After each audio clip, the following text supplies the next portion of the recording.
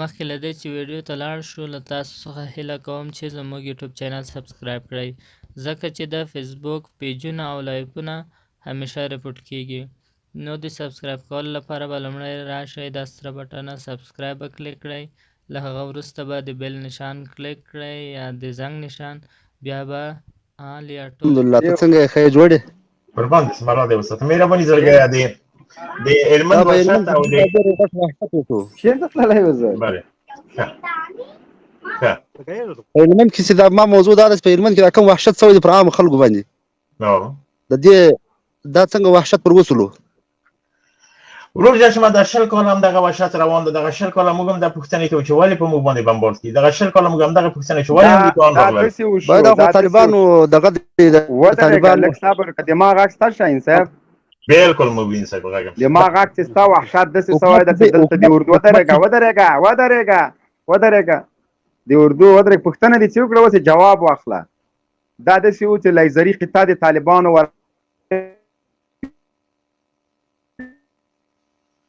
غږم خراب شد جنرال صاحب غږم کاملا خراب شد غږم خراب دی جنرال صاحب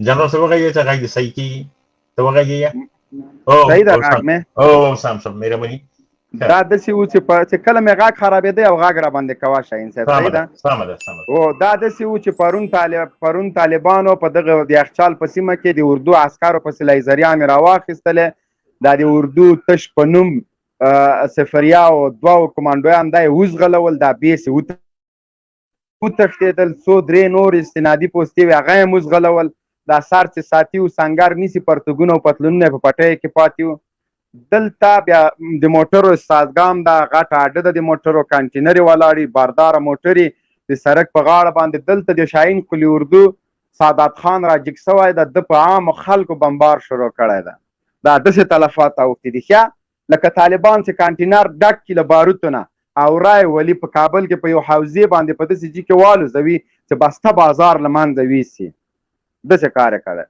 او تاسو بیا شروع وکړئ د فلسطین او د عراق عکسونه راوړئ چې هله طالبانو د کابل ښاریان وژلي دي نو ورور جان شما دا 40 کال همدغه بمبار ده 40 کال همدغه وژنې دي اوس دې پوښتنه وکړه ورته څنګه چل ده دا یې څه وایي او د تا نه پوښتنه وکړو چې دغه بمبار څه ښه کړی دی بد یې کړي د خلک چې وژلي دی ښه کړي دي دولت څه شی کړي دا څه شی دا بمبار چې کوم عسکرو کړی دا ډېر غلط کار کړی دی ډېر وحشانه عمل یې کړی دی ډېر ظلم یې کړی دی پر عام ولس باندې بمبار کړی دی الله دې د خپل غضب په څاپېړه باندې دا حکومت ووایي رسنۍ ولې بې خاموشي امارت راشي او د رسنیو خاموشۍ باندې څه وایه میډیا خاموشي دا میډیا چې دا ټول د کفارو غلامان دي په دې باندې خاموشي اختیار کړې ده آفرین زنده باد سترګې دې جاره ټول د کفارو غلامان دي دا حکومت چې دی دا د امارت حق دی دا د کفارو غلامان دي دا به تښتي انشاءالله تښتي به دښمن رونو هلی جنګ خراب ان شاء الله امارت به سپېڅلی امارت به ان شاء الله راځي ډېرې خطاوار دی هلی جنګ قرار نه کوي ورځه په شاهین صاحب دا ټول غلامان ان شاء الله د سپینې ډنډۍ امارت به راځي ان شاء الله قربان دې شمه اصل افغان هغه دی چې د خپل دین نه د خپل خاورې نه د خپل ایمان نه د خپل وجدان نه دفاع وکړي هغه به څه کې چې ورجانه دیموکراسي ده او سوسیالیزم دی او کمونیزم دی بابا دی او انا ده او دا دی او ترت دی فهم دې ده فهم مې ده بالکل بل راواخله که وروره ډېره مننه قربان دې شو همدلته به دې موږ سره اوسې را به شو دغه جمیل ته ګوجر صاحب ته ګوجر صاحب سلام علیکم گوجر محترم ما دیگه گوجر خب لا واسه طالب ورور سلام علیکم احرار صاحب سلام علیکم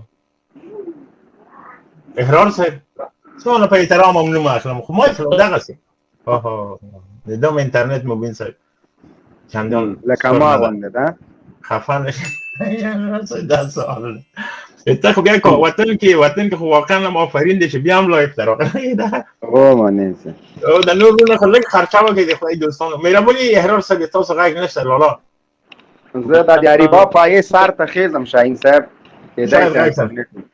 والا مبین صاحب افغان بیسیم ته خیزم کاریبات نه یاره مبین صاحب افغان بیسیم پرې دا ریبو سم را به شما باره سم محترم ته مبارز محترم مایک خلاص که دهرار صاحب غږ نشته. السلام علیکم ورحمۃ الله وبرکاتہ. سلامونه وعلیکم علیکم السلام. من الله مخشاله لره. وعلیکم جنرال صاحب السلام. ته خاص سلام وخت ډېر مودې قربان. وعلیکم السلام. پوری موضوع مراخصه د هلمند وحشت او د کابل ګډاګي ادارې خاموشتیا. یوازې کابل ګډاګي ادارې نه د صلیبي یرغلګرو ټول غلام رسنۍ په دې وحشت باندې خاموشي اختیار کړې ده.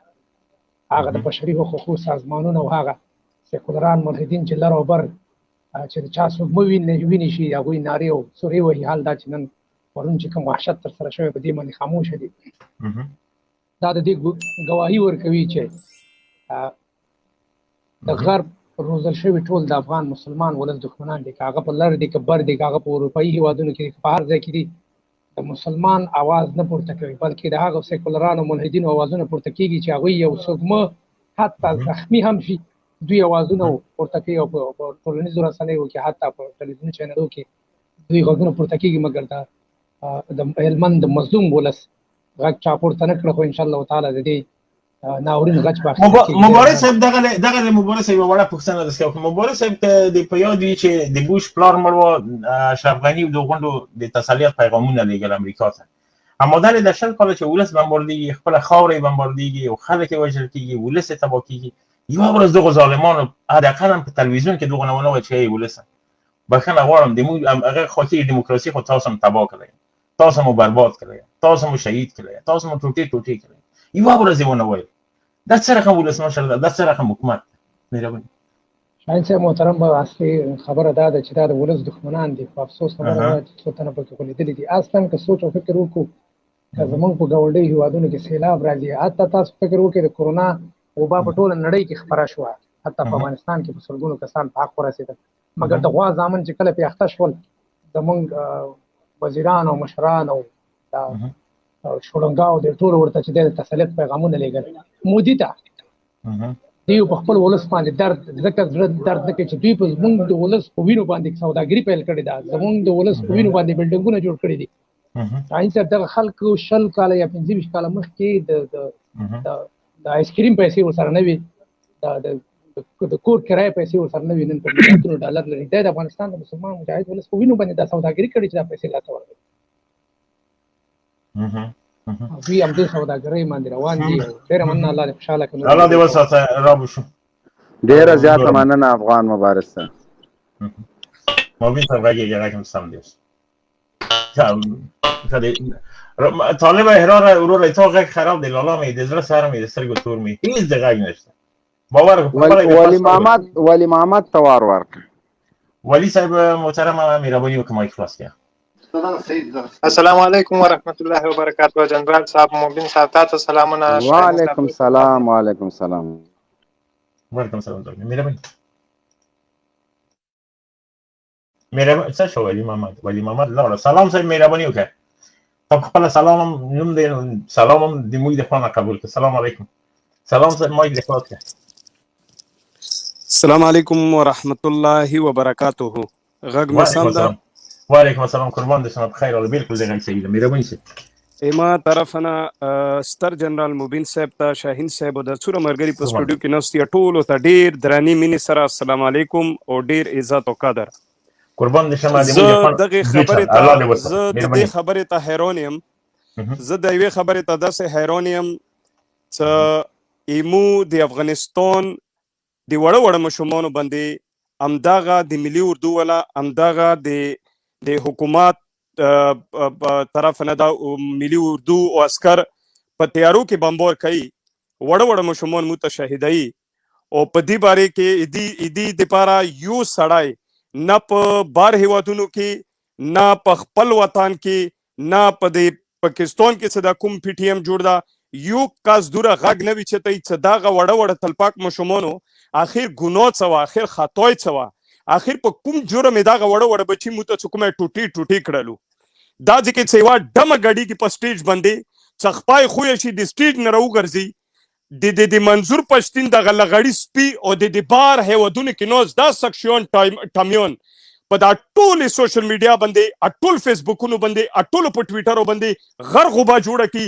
چاله یې مو د یوه ډمې څه کومه خپا سلیپ شوې راغورځېدلې ده په دې کې هم د پلانکي طالب لوسته او پلانکي پاکستان لوسته، خو څه کله ایمو وړه د مور هغه خوږو غېږو ماشومان، د مور هغه د خوږو سینو ماشومان څه د مور پلو ټټار په سړي کې څه ځان ته رانږدې کړي، هغه ټوټې شي، یو بېغیرته نه راوچتېږي چې دا سوچ فکر ځان سره وکړي چې دغې مور د سترګو نه څه کومې وینې په دې ټیم کې بهیږي، د زړه نه به څه کومې وینې راوځي.